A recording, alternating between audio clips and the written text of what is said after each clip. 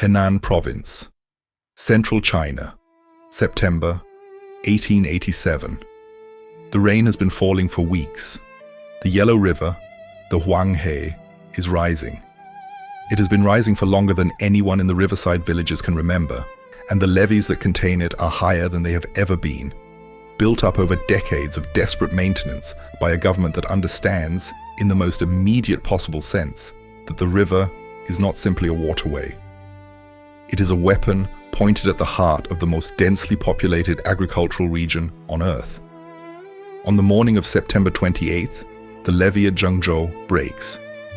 What comes through the breach is not water in any ordinary sense. The Yellow River carries more sediment than any other major river on Earth. The yellow-brown silt that gives it its name and its character, suspended in a current so laden with particles that the water is closer in consistency to liquid mud than to the clear rivers of Western imagination. When the levee breaks, this slurry of water and sediment does not flow. It surges, spreading across the flat agricultural plain of the North China Plain with a speed and force that leaves no time for evacuation, no time for decision, no time for anything except the moment of the wall of brown water arriving. The flood kills somewhere between 900,000 and 2 million people. The range reflects the difficulty of counting the dead in a region whose administrative infrastructure has itself been destroyed by the event it is supposed to document. Even the lower estimate makes the 1887 Yellow River flood the deadliest flood in recorded history. Even the lower estimate represents a catastrophe so large that it is almost impossible to hold in the mind as a single event rather than an abstraction. Almost nobody in the Western world has heard of it. This is a story about why. The Yellow River is not simply dangerous. It is the most dangerous river on Earth, a product of geology, geography, and human intervention that has combined over 4,000 years to produce a hydrological situation that has no parallel anywhere else. The river originates in the Tibetan Plateau and flows east through the Lues Plateau, a region of extraordinarily fine, loose soil deposited by wind over millennia. As the river crosses this plateau, it picks up silt at rates that no other major river approaches. By the time it reaches the North China Plain, the Yellow River is carrying approximately 1.6 billion tons of sediment annually, a quantity so enormous that it has a visible effect on the river's behavior downstream. The silt does not stay suspended. As the river slows on the flat plain, it drops its sediment load. The riverbed rises. Year by year, decade by decade, century by century, the bed of the Yellow River rises above the surrounding plain. The river becomes what hydrologists call a perched river, a body of water elevated above the landscape it flows through, contained not by natural banks, but by the artificial levees that human labor must build higher and higher to keep pace with the rising bed. By 1887, the Yellow River in Henan Province is flowing at a level 10 to 12 meters above the surrounding plain. The levees containing it are among the largest earthwork structures in the world, wide enough at their base for roads, maintained by permanent government labor brigades whose sole function is to keep the walls that separate the river from the plain intact. The water above the plain is not a metaphor. It is a physical reality. Stand on the levee and look inland, and the river is above your head. The population living on the plain below is approximately 25 million people. They live in villages, farm the most productive agricultural land in China, and exist in a permanent relationship with the possibility of catastrophic inundation that their ancestors have understood for 4,000 years. The Yellow River has flooded catastrophically more than 1,500 times in recorded Chinese history. It has changed course completely, abandoning its channel and carving a new path to the sea, at least 26 times. The most recent major course change before 1887 occurred in 1855, when the river shifted its outlet from south of the Shandong Peninsula to north of it, a displacement of hundreds of miles that killed hundreds of thousands of people and destroyed the agricultural economy of an enormous region. The people who live on the plain are not ignorant of this history. They build their houses on elevated mounds. They store grain at height. They maintain boats. They have developed over centuries a culture of flood preparedness that reflects the permanent knowledge that the river above their heads is not a guarantee of water, but a threat of destruction held back by earthwork that human hands must never stop maintaining. The Qing dynasty, which rules China in 1887, understands the Yellow River as a political problem as much as a hydraulic one. The river's management is not a public works function in the modern sense. It is a core responsibility of imperial governance, embedded in the Confucian framework of legitimate rule. An emperor who cannot control the Yellow River is an emperor whose mandate of heaven is in question. The floods that punctuate Chinese dynastic history are interpreted not merely as natural disasters, but as signs of imperial failure, the cosmic order reflecting the disorder of the political one. The Grand Canal, the 1,800-kilometer waterway connecting Beijing to Zhengzhou, that is one of the greatest engineering achievements in human history, crosses the Yellow River and depends on its management for its own operation. The canal carries the grain tribute that feeds the capital and the northern armies. When the Yellow River floods, the canal is disrupted, grain shipments stop, and the political consequences for the dynasty are immediate and severe. The levee system is therefore not maintained for the benefit of the farmers who live below it.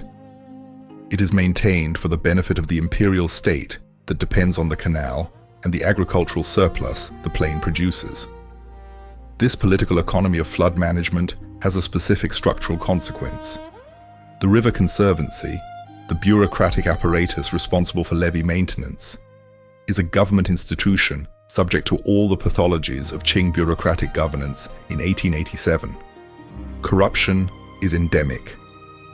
Funds allocated for levee maintenance are diverted. Inspections are falsified. Contractors deliver substandard materials. The officials responsible for reporting on levee conditions have career incentives to report stability rather than deterioration. Reporting that the levees need major repair is an admission of previous neglect that reflects badly on the official making the report.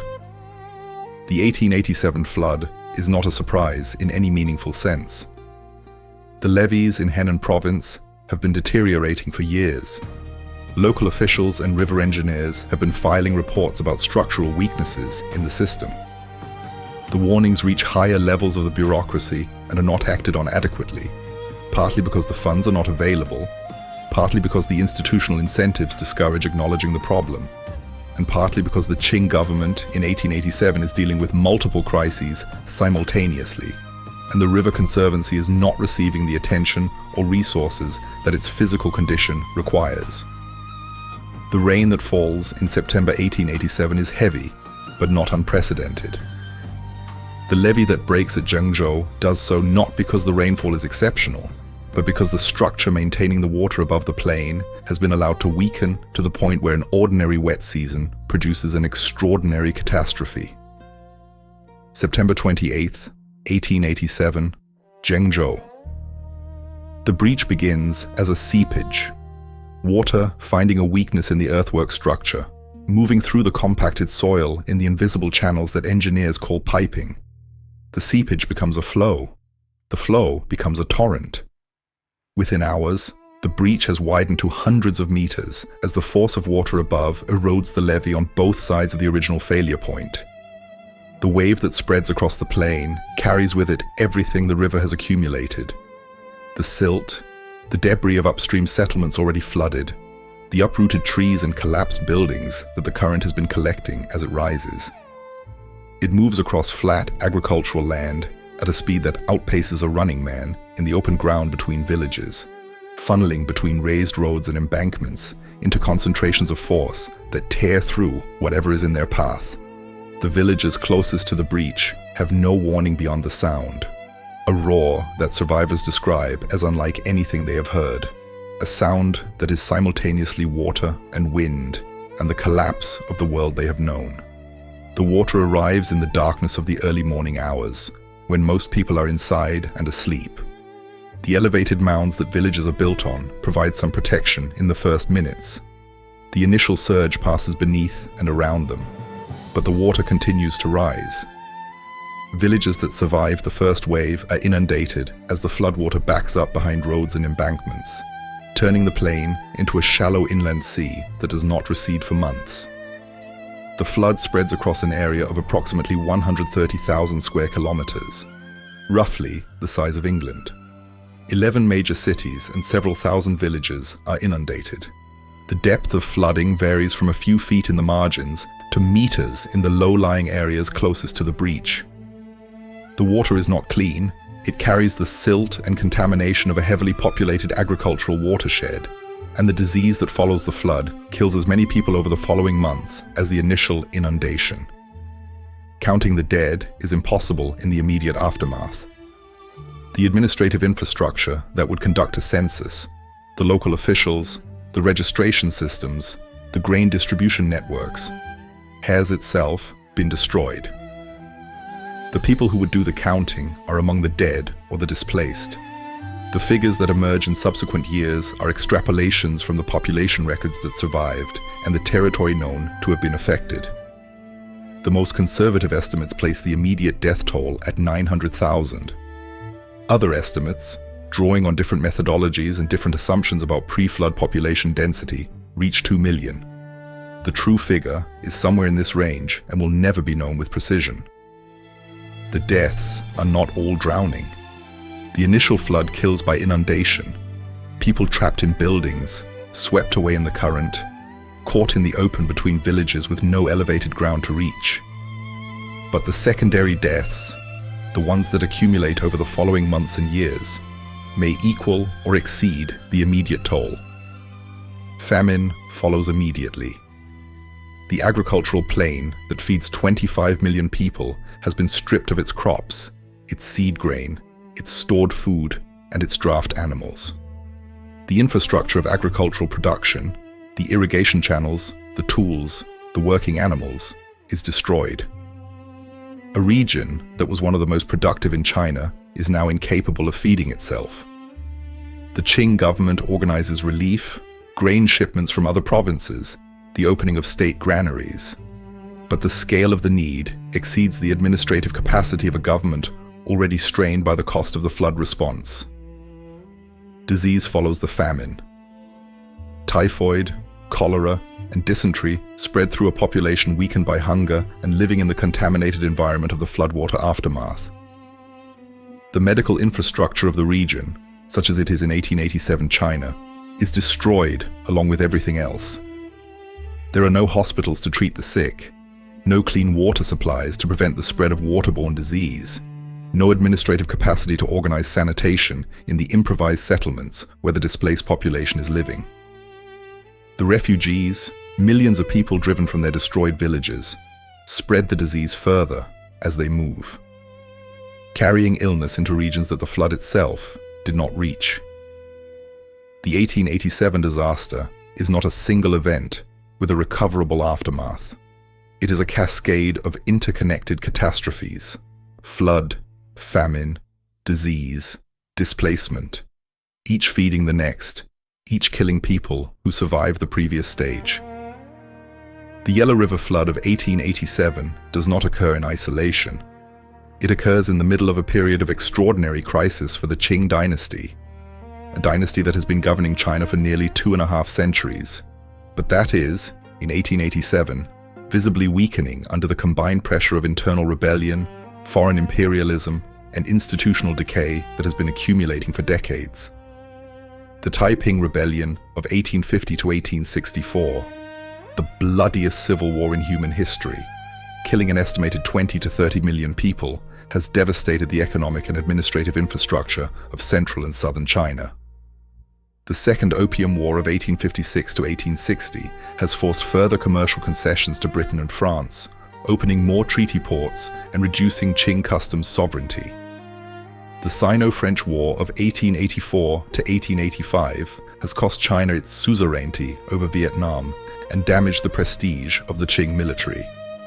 The Empress Dowager Cixi, the real power behind the Qing throne in 1887, is managing an imperial budget already strained to its limits. The military modernization program that the self-strengthening movement has been attempting requires funds that the Treasury barely has. The indemnities imposed by foreign powers after the Opium Wars are still being paid. The grain tribute system that feeds the capital is disrupted by the flood. Every priority is urgent, and the resources to address any of them are inadequate. The flood relief operation that the Qing government organizes in the aftermath of the 1887 disaster is genuine, but insufficient. Grain is shipped, officials are dispatched, funds are allocated, including famously a contribution from the imperial court itself, though the amount is widely considered inadequate relative to the scale of the disaster. The River Conservancy launches emergency repair operations on the breached levees. The breach at Zhengzhou is not sealed until 1889, nearly 2 years after it opens. Because the engineering challenge of closing a gap in a perched river carrying billions of tons of sediment annually is genuinely formidable, and because the resources the repair requires are assembled slowly by a government managing multiple crises simultaneously. The delay matters. For 2 years, the river continues to flow through the breach, spreading additional floodwater across an area that has not yet recovered from the initial inundation, preventing the agricultural reconstruction that the surviving population depends on to avoid starvation. The political cost is significant. The flood and the inadequate response accelerate the erosion of Qing legitimacy in a province already resentful of a government that has allowed the levees to deteriorate to the point of failure. The 1887 Yellow River flood kills more people than any other flood in recorded human history. It is, by any reasonable measure, one of the worst natural disasters ever to strike a human population. And yet, it is almost entirely absent from the historical consciousness of the Western world, taught in no curriculum, referenced in no popular culture, unknown to the vast majority of educated people in Europe and North America. The reasons are structural rather than accidental. In 1887, the information infrastructure connecting China to the Western world is thin and controlled. The telegraph lines that are beginning to link the major Chinese treaty ports to the global communications network do not extend into the interior of Henan province. The foreign journalists and correspondents who might cover such an event for Western newspapers are concentrated in Shanghai, Beijing, and the other treaty ports, cities that the flood does not reach. The reports that reach the Western press are delayed, fragmentary, and based on second-hand accounts, pass through multiple intermediaries before reaching the cable stations that can transmit them internationally. The reports that do appear in Western newspapers in late 1887 and early 1888 are brief and framed in the language of Chinese otherness. Distant events in an incomprehensible country, measured in numbers too large to emotionally process, lacking the named individuals and specific narratives that make disasters legible to a readership trained on European events. The 900,000 dead of the Yellow River flood receive less column space in the London Times than a train accident in France. There is also a deeper structural reason. The Western world's relationship with China in 1887 is the relationship of imperial powers to a country they are in the process of subordinating. China is the source of the tea, silk, and porcelain that European consumers want.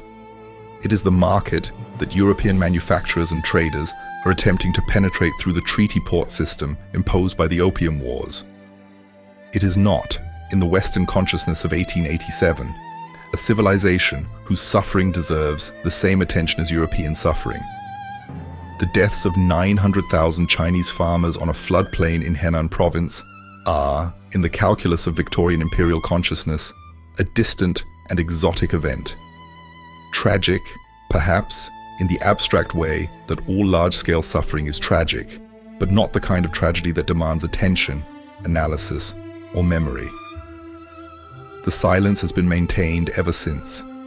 The disaster is not in the Western historical canon because it was never admitted to it in the first place, and what is never admitted is never missed. The 1887 Yellow River flood is not simply a natural disaster made worse by poverty and inadequate government response. It is the product of a specific set of structural conditions that have been building for 4,000 years of human interaction with an extraordinary and dangerous river. The perched river itself is a human creation, Left unmanaged, the Yellow River would flood regularly, deposit its silt across a wide floodplain, and gradually build the delta that the silt load requires it to build. It would kill people in those floods, but fewer people, because the floodplain would not be densely settled, and the agricultural communities depending on it would have adapted to regular inundation rather than the catastrophic breach of a contained system. The decision to contain the river, made 4,000 years ago by the hydraulic states of ancient China, whose agricultural surplus and political organization depended on controlling the North China Plain, is the decision that produces the 1887 flood. Every meter added to the levees is a meter of stored energy. Every year of successful flood prevention is a year in which the population of the plain grows denser, the stakes of failure rise higher, and the eventual catastrophe, which cannot be permanently prevented, only deferred, becomes more destructive when it arrives. The Qing government's failure to maintain the levees adequately accelerates the timing. But even a perfectly maintained levee system eventually fails, because the river never stops rising, the sediment never stops accumulating, and the engineering challenge of containing a perched river grows harder every decade.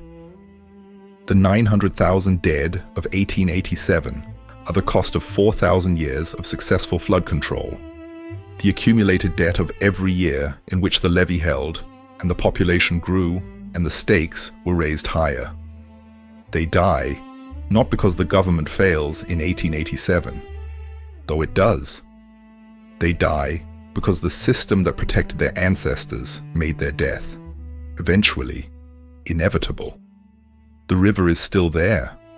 The levees are still there, higher now than they have ever been, maintained by the most sophisticated hydraulic engineering in Chinese history. The North China Plain is still densely settled. The sediment still flows. The debt is still accumulating. The river above the plain is patient. It has always been patient. It is waiting, as it has always waited, for the year the levee does not hold.